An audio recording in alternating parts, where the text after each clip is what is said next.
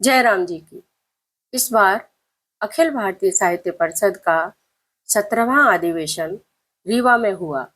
तो आइए मेरे साथ रीवा के कृष्णा राज कपूर ऑडिटोरियम।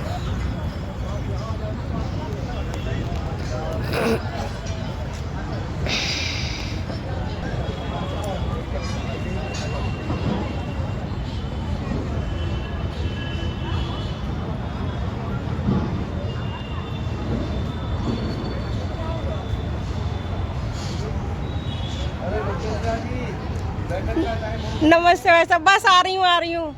आपका है उत्सव मिश्रा हॉल उत्तराखंड। ठीक है जी जी जी जी।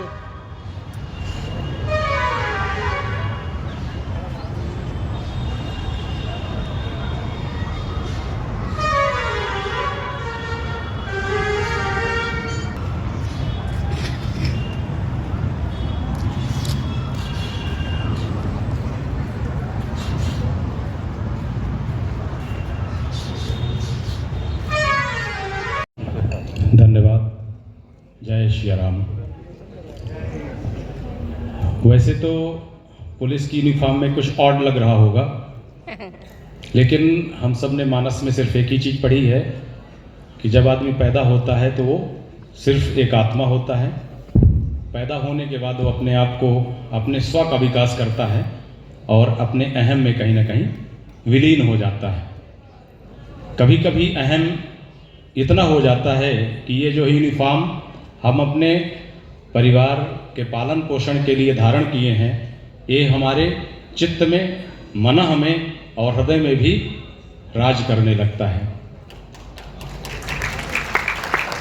और सिर्फ यूनिफॉर्म ही राज नहीं करने लगता, कहीं ना कहीं हमारा वो पद, हमारी वो प्रतिष्ठा हमें अपने मूल तत्व से भटका देती है। मुझे लगता है कि ऐसे प्रबुद्ध लोग जो यहाँ एकत्रित हैं, जो राष्ट्र की दिशा और दशा को निर्धारित करने के लिए सतत प्रयास करते हैं, और कि सीय राम में सब जग जानी, करहूं प्रणाम जोर जुग पानी। जय श्री राम। उससे ज़्यादा ना तो कुछ हम हैं, आगे हैं, यानी उससे ना तो हम कुछ ज़्यादा हैं और ना ही उससे कभी हम कम हैं। केवल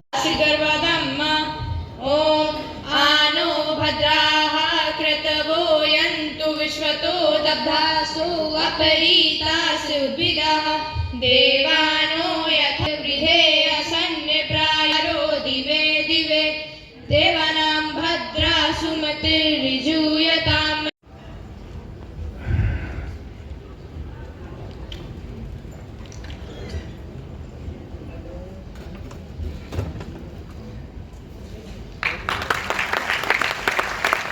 मध्य प्रदेश सरकार की ओर से मध्य प्रदेश के यशस्वी उप मुख्यमंत्री श्री राजेंद्र शुक्ल जी मध्य प्रदेश सरकार की ओर से आज के मुख्य अतिथि जी का स्वागत करेंगे।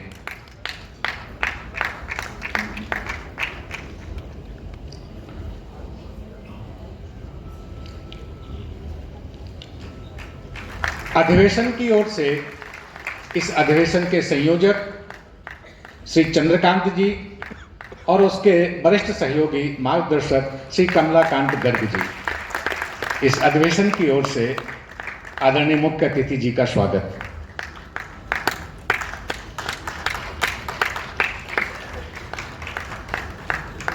पदाधिकारियों और कार्यकर्ताओं को साधुवाद देता हूं। देवी और सज्जनों, ये हम सभी के लिए और भी गौरव की बात है कि रीवा की इस पावन धरती के सैनिक स्कूल में शिक्षित हमारे देश की सेना का नेतृत्व आज जनरल उपेंद्र द्विवेदी जैसे वीर और कर्मनिष्ठ अधिकारी के हाथ में। साथ ही भारतीय नौसेना की कमान एडमिरल दिनेश कुमार त्रिपाठी जैसे दूरदर्शी और साहसी सेना नायक के पास है। ये दोनों के रीवा ही नहीं बल्कि समस्त राष्ट्र के गौरव और प्रेरणा के स्रोत हैं। हम उनके उज्जवल भविष्य और सफल नेतृत्व की कामना करते हैं और इन दोनों अधिकारियों से मेरा कई मायने में जीवंत संपर्क और जीवंत व्यवहार इसलिए when I was the President of India, I happened to be the Supreme Commander of Armed Forces.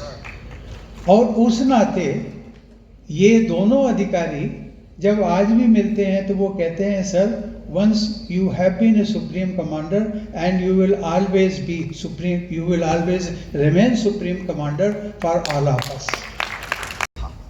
जो कॉमर्स के विद्यार्थी, अर्थशास्त्री वो जानते होंगे, मुगल बादशाहों को ताश के पत्ते की तरह बदलता था। पानीपत की युद्ध में उसने बहुत सारा पैसा खर्च किया था। 2000 नौकर उसके पटना में एक भाई के यहाँ रहते थे। बांग्लादेश और पटना उसका था। थोड़े समय के बाद, अभी थोड़ा सा इतिहास काल है, 300 साल पहले ही घटना है, उसे कोई नाम लेने वाला कुछ गढ़ने के लिए कुछ सुझाव वगैरह शासन के लिए, कई जगह अब चीजें बदली। साहित्य परिषद की दृष्टि से देखें तो आप लोगों के लिए प्रसन्नता का विषय नहीं होगा। हम सम्मान और पुरस्कार इससे विरोधी हैं, क्योंकि सम्मान और पुरस्कार ये कुंठित करता है प्रतिभा को। जिनको सम्मान पुरस्कार मिले उसके बाद उन्होंने कोई अच्छी रचना दी है, ऐसा देखने को नहीं मिलता।